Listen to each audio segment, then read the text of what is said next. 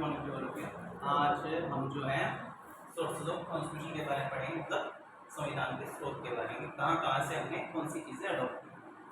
ऐसा मानते हैं कि जो भारतीय संविधान है उसको 150 से ज़्यादा, मतलब 150 से ज़्यादा कॉन्स्टिट्यूशन को स्टडी करने के बाद आप सभी को पता है कि जो इंडियन कॉन्स्टिट्यूशन है उसको बनाने में जो हमारे भीमराव अम्बेडकर जी हैं उनका एक बहुत ही बड़ा योगदान रहा है। तो हम आज बेसिकली ये समझेंगे कि भाई इसके सोर्सेज या किन किन कंट्रीज से हमने क्या क्या चीज़ें अडॉप्ट करी। आप ये जानते हैं कि भाई हमारे यहाँ पे पहले अंग्रेजों का राज था, तो 1947 से पहले अलग अलग तरीके के एक्ट तैयार हुआ। उनमें से एक एक्ट था 1935 गवर्नमेंट ऑफ इंडिया एक्ट।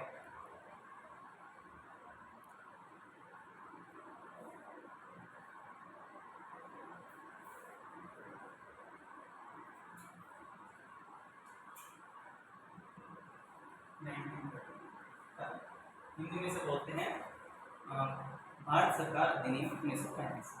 इसके तहत ये मानते हैं कि हमारा जो संविधान है उसका 70 to 80% जो हिस्सा है वो हमने इससे लिया है। हमारे संविधान के अंदर हमने 70 से 80% जो हिस्सा है वो हमने इससे लिया है, भारत सरकार अधिनियम लेकर। इसके अलावा हमने अलग अलग देशों से अलग अलग चीज़ों को अडॉप्ट किया है, जैसे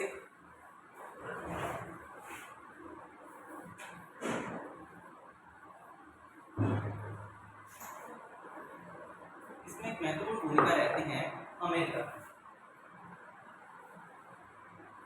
आप ये जानते हैं कि अमेरिका वो देश है जहाँ पर मुख्य रूप से जो लोकतंत्र है या जो डेमोक्रेसी है वो सबसे पहले आई, या पहले सबसे ये मान सकते हैं कि एथेंस ग्रीस में आई। इस तरीके की विचारधारा जो है वो एथेंस ग्रीस की थी, लेकिन वहाँ पर लंबे टाइम तक चलने के कारण ये बाद में अडॉप्ट करने के लिए हर किसी के पास नहीं है। लेकिन अमेरिका वो देश था जिसने इसको सबसे पहले एक्सेप्ट किया। तो यूएसए से हमने क्या क्या चीज़ें ली। पहले फंडामेंटल राइट्स,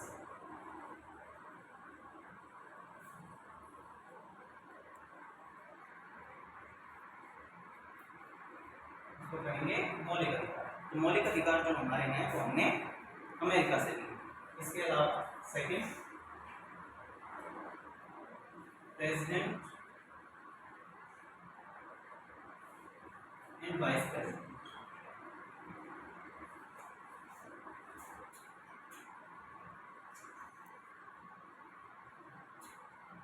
ये जो दोनों पोस्ट हैं ये हमने अमेरिका से। इसके अलावा इम्पीचमेंट, मतलब कि महाभियोग, राष्ट्रपति को किस तरीके से हटाते हैं, वो भी हमने अमेरिका से। इसके अलावा फाइनेंशियल इमरजेंसी,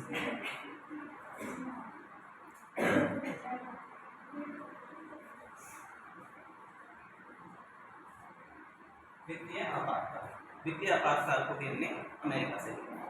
इसके साथ साथ हमने जुडिकल रिव्यूज मीन्स न्यायिक पुनरीक्षण या सुप्रीम कोर्ट है, इस तरीके के जो प्रावधान है वो हमने अमेरिका से लिए हैं या अडॉप्ट किए। आप ऐसा बोल सकते हैं। इसके अलावा सेकंड जो कंट्री है जिससे हमने अडॉप्ट किए कुछ चीज़ें, वो है हमारा ऑस्ट्रिया।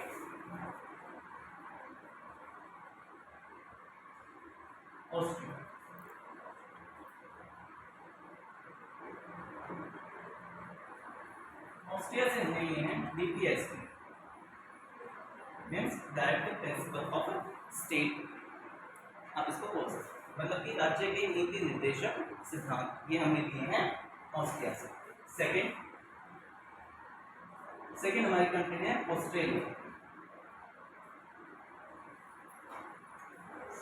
ऑस्ट्रेलिया से हमने लिया है फ्री लिस्ट,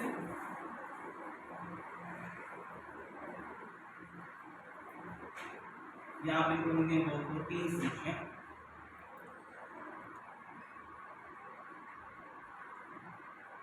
दूसरा हमने लिया है लैंग्वेज ऑफ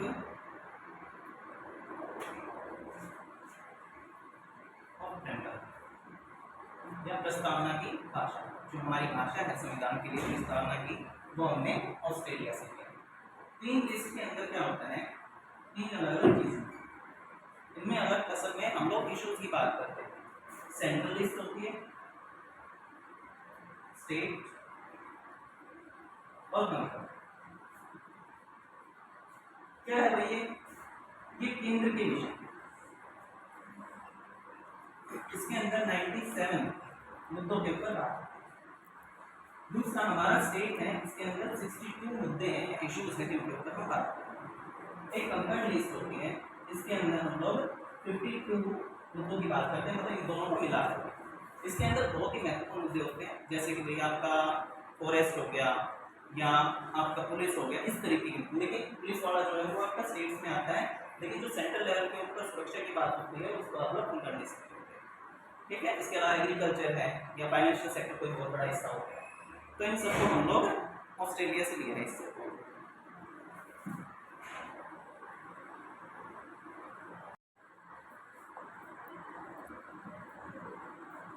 इसको संघ,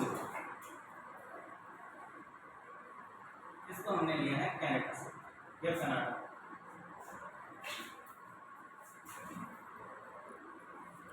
संघवाद का मतलब होता है कि शक्तियों का विकेंद्रित है, शक्तियों का विकेंद्रित है।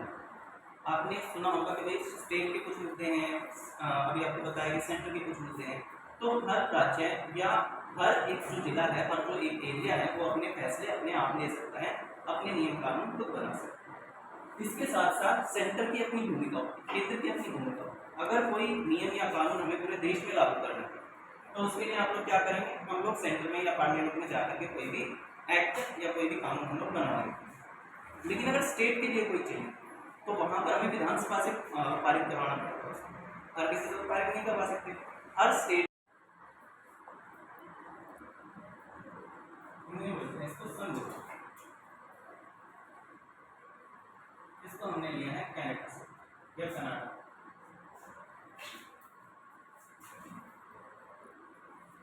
संघवाद का मतलब होता है कि शक्तियों का विकेंद्रित है, शक्तियों का विकेंद्रित है।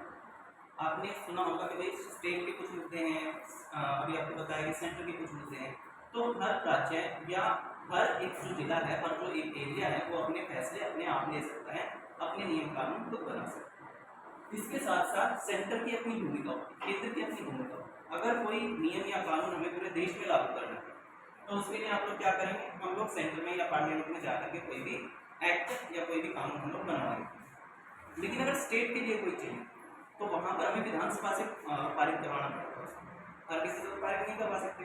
हर स्टेट की अपनी डिमांड्स, जैसे एक मुद्दा रहा था भाई जल्लीकट्टू नाम का, जल्लीकट्टू को सेंट्रल लेवल के ऊपर मना कर दिया। क्यों मना कर दिया? क्योंकि भाई हम ये नहीं मान सकते कि जानवरों के साथ हिंसा करे या उनके साथ कुछ गलत काम कर दे। इसी के लेवल के ऊपर जो वहाँ की स्टेट है, स्टेट का ये मानना था कि हम जो है अपने स्टेट के अंदर इसको एक रिचुअल की तरह मानते हैं, हम इसकी पूजा करते हैं। तो इसीलिए उन्होंने वहाँ की क्या बोलते हैं विधानसभा में ले जाकर के वहाँ से पारित करना है। तो स्टेट अपने फैसले अलग तरीके से लेता है, सेंटर अलग अलग लेता है। लेकिन अगर कोई मुद्दा है ऐसा या कोई ऐसा फैसला है जो पूरे देश के लिए लेना है तो उसके लिए आप लोग पार्लियामेंट में अमेंडमेंट के थ्रू करवाते हैं। इसके अलावा है जर्मनी से,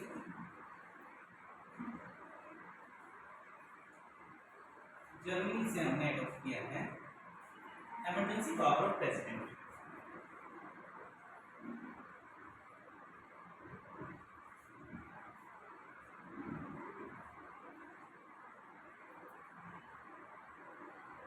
राष्ट्रपति की जो आपातकालीन शक्तियाँ होती हैं, इनसे जब हमारे देश के अंदर कोई ऐसी प्रॉब्लम आ जाती है कि उसे हैंडल नहीं कर पाते या स्टेट अपना काम ठीक से नहीं कर पाती, तो ऐसी कंडीशन के अंदर क्या होता है, सारी जो पावर्स होती हैं वो गवर्नर के पास या प्रेसिडेंट के पास आती हैं। तब वहाँ पर इमरजेंसी लागू करते हैं और उस सिचुएशन के अंदर जो भी सारी पावर्स होती है प्रेसिडेंट के पास आती है। ये हमने जर्मनी से लिया। नेक्स्ट हमारा है, इसके अलावा है यूएसएसआर। आप 10 या रूल्स बोल सकते हो, अभी ये टूट गया है। पहले इसके अंदर 15 के अराउंड स्टेट्स थे, अब ये टूट करके एक कंट्री रह गया रूस। इसका मतलब होता है United state of Soviet Russia.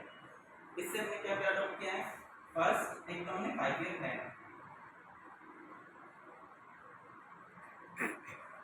आपको पता होगा 5 ईयर प्लान का 2015 में हमने उसको चेंज करके नीति आयोग में कन्वर्ट कर दिया। लेकिन 5 ईयर लेवल के ऊपर हम लोग प्लान्स तैयार करते थे कि भाई एक टर्म सेट कर दिया जिसके अंदर हम ये डिसाइड करेंगे भाई कितना हमें डेवलपमेंट करना है या किस एक एस्पेक्ट को लेकर के ज़्यादा ध्यान देना है। तो 5 ईयर प्लान थे वो हमने यूएस का रशिया से लिए। रुक सेकंड इसके अलावा हमने क्या लिया? ओके, तो हमने रशिया से क्या लिया? 5 ईयर प्लान लिया। इसके अलावा रशिया से हमने क्या लिया? Fundamental duties.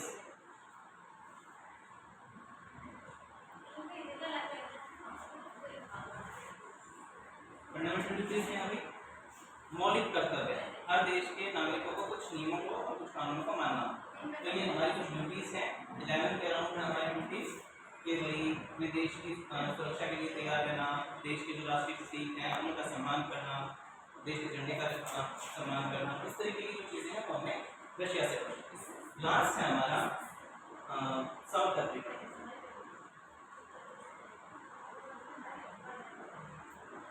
इससे हमने लिया प्रोसेस ऑफ अमेंडमेंट या संशोधन की प्रक्रिया।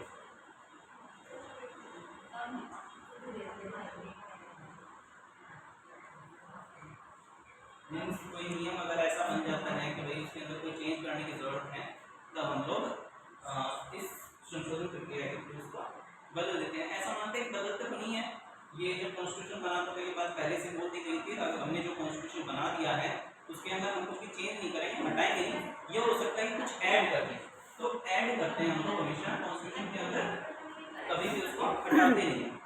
इसके अलावा एक चीज होती है, आपने ये देखा होगा, मीन्स कोई भी एक आर्टिकल है, आर्टिकल या अनुच्छेद 15 या 16 जो भी, उसके अंदर जब छोटे वाला ये लगा होता है उसका मतलब होता है पहले से है।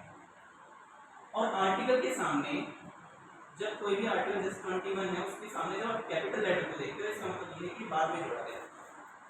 छोटे स्मॉल लेटर का मतलब होगा पहले से अवेलेबल है, और कैपिटल लेटर का मतलब ये है बाद में ऐड किया गया है। मीन्स ऐसे कुछ लॉज या ऐसे कुछ नियम जो बाद में लागू किए गए उनको आप लोग इसके थ्रू पहचान सकते हैं, और ये हमने दिया है साफ।